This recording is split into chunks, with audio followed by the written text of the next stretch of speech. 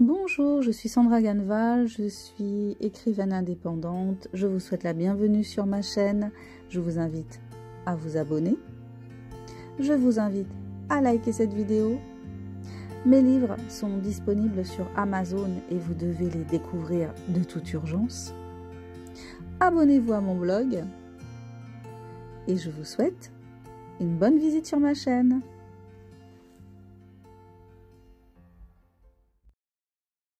Bonjour à tous, c'est Sandra Ganval, écrivaine indépendante.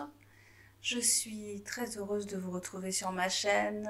Je vous invite à vous abonner si ce n'est pas déjà fait, à activer la petite cloche pour être averti des nouvelles vidéos. Je vous invite aussi à découvrir mon travail. Tous mes livres sont disponibles sur Amazon, donc allez-y. Aujourd'hui, j'ai envie de vous parler d'un livre que je relis toujours avec plaisir, qui s'appelle « Notre corps aime la vérité » de David Servan-Schreiber. C'est en fait un recueil de chroniques. Ce livre rassemble les grandes découvertes que David Servan-Schreiber a toujours eu à cœur de transmettre. Dans ses articles, nourris de nombreux témoignages et d'expériences vécues, il revient notamment sur l'importance fondamentale du lien corps-esprit. Relations affectives, nutrition, méditation, sport, mais aussi médecine parallèle pour vaincre la maladie, le mal-être ou la dépression. L'espoir se situe dans la combinaison des thérapies conventionnelles et complémentaires. Une nouvelle médecine révolutionnaire à portée de tous. Donc, ce livre date de 2008, si je ne me trompe pas. Non, 2012 pour l'édition. Et puis les différents articles ne sont pas tous de 2012, 2004, 2004, 2003, enfin bref, c'est un récapitulatif d'articles qu'il a écrit. Et moi je trouve ça très très intéressant. Je me suis souvent demandé ce qu'il aurait fait aujourd'hui, lui, David Servan-Schreiber, qui... comme vous le savez peut-être, a lutté pendant 19 ans contre un cancer du cerveau, enfin lutté, a trouvé est allé puiser en fait dans la médecine traditionnelle, il n'a pas renoncé à l'allopathie, mais il n'a pas hésité pour se soigner à aller découvrir d'autres formes de soins. C'était vraiment une belle démarche. Il s'est intéressé à l'alimentation, il s'est intéressé à la méditation, à l'acupuncture, au yoga, enfin, tout ce qui pouvait l'aider à survivre et à faire face à son cancer, mais il n'a pas hésité, il l'a utilisé.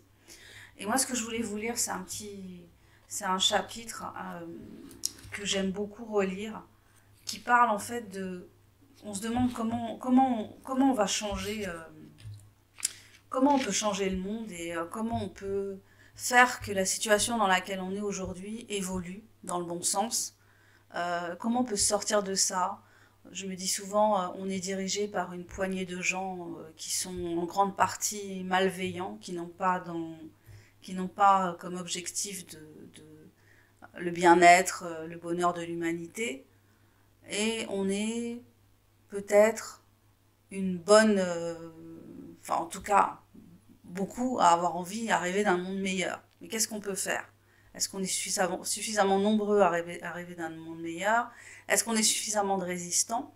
Eh bien, apparemment, on n'a pas besoin d'être tant que ça. Et c'est pour ça que je vais vous lire cet extrait qui s'appelle « Fais comme l'oiseau ». Fais comme l'oiseau. Sandrine est découragée. Elle regarde autour d'elle. Le réchauffement climatique détruit la planète. Les enfants mangent de plus en plus mal et deviennent obèses. Les grandes entreprises ne pensent plus qu'à faire des profits par tous les moyens. Les politiciens sont contrôlés par les lobbies. Les professeurs baissent les bras devant la violence des élèves. Les médecins prescrivent de plus en plus de médicaments. Elle n'a plus l'énergie de se battre contre tout ça. Elle a juste envie de se mettre en boule avec ses enfants sous une couette et d'attendre que ça passe. Mais son amie Isabelle voit les choses autrement. Après avoir été une rebelle, une agitatrice d'idées, une activiste verte engagée, elle a fini par adopter une attitude qui la rend plus sereine et plus sûre d'elle.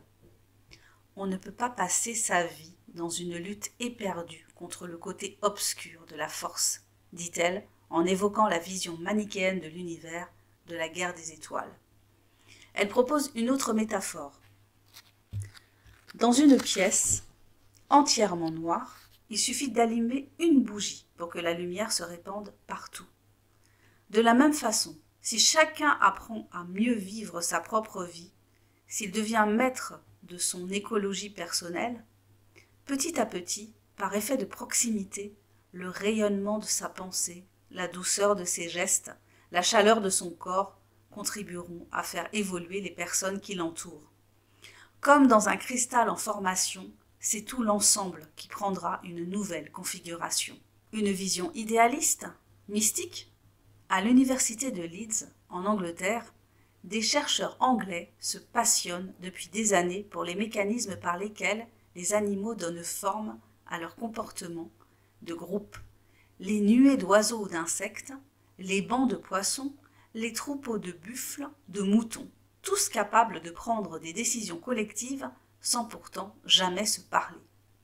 Pour voir s'il en allait de même avec les humains, ils ont demandé à 200 volontaires de marcher dans un immense hall en tous sens, mais sans jamais être à plus d'une longueur de bras d'une autre personne. Seulement 10 personnes sur les 200 avaient reçu, séparément, des instructions sur une direction à prendre dans leur marche, et au bout de quelques minutes, tout le groupe adoptait la même direction et devenait parfaitement organisé, sans un seul échange de paroles et sans aucune suggestion préalable de faire comme les autres. 5%.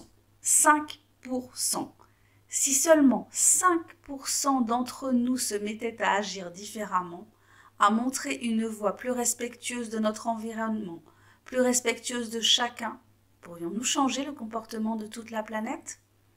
L'anthropologue américaine Margaret Mead disait « Ne doutez jamais du fait qu'un petit groupe de citoyens éclairés et déterminés puisse changer le monde.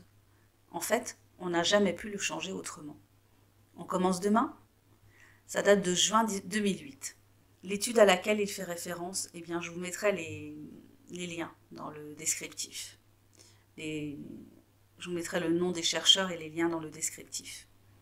Voilà, je trouve ça toujours inspirant et plein d'espoir de se dire, au lieu de se dire tout le temps, on ne peut rien faire, qu'est-ce qu'on va faire? On peut faire beaucoup de choses, chacun à notre niveau, et puis petit à petit attirer les gens peut-être à soi, ne serait-ce qu'en montrant l'exemple à nos enfants qui sont les premiers à nous imiter. Donc voilà, donc garder espoir et puis agir à son niveau et puis inspirer et être une source d'inspiration. Et je pense que on va bien finir par renverser la vapeur. Nous devons y croire. Eh bien, je vous remercie si vous êtes allés jusqu'au bout de cette vidéo. Je vous invite donc à découvrir mes écrits comme je l'ai déjà dit. N'hésitez pas, ça me fera plaisir de vous compter parmi mes lecteurs. Je vous souhaite une bonne journée ou une bonne soirée en fonction de l'heure à laquelle vous écoutez ou vous regardez cette vidéo. Prenez soin de vous et de votre mental. Restez éveillés et je vous dis à bientôt pour la prochaine vidéo. Bye bye.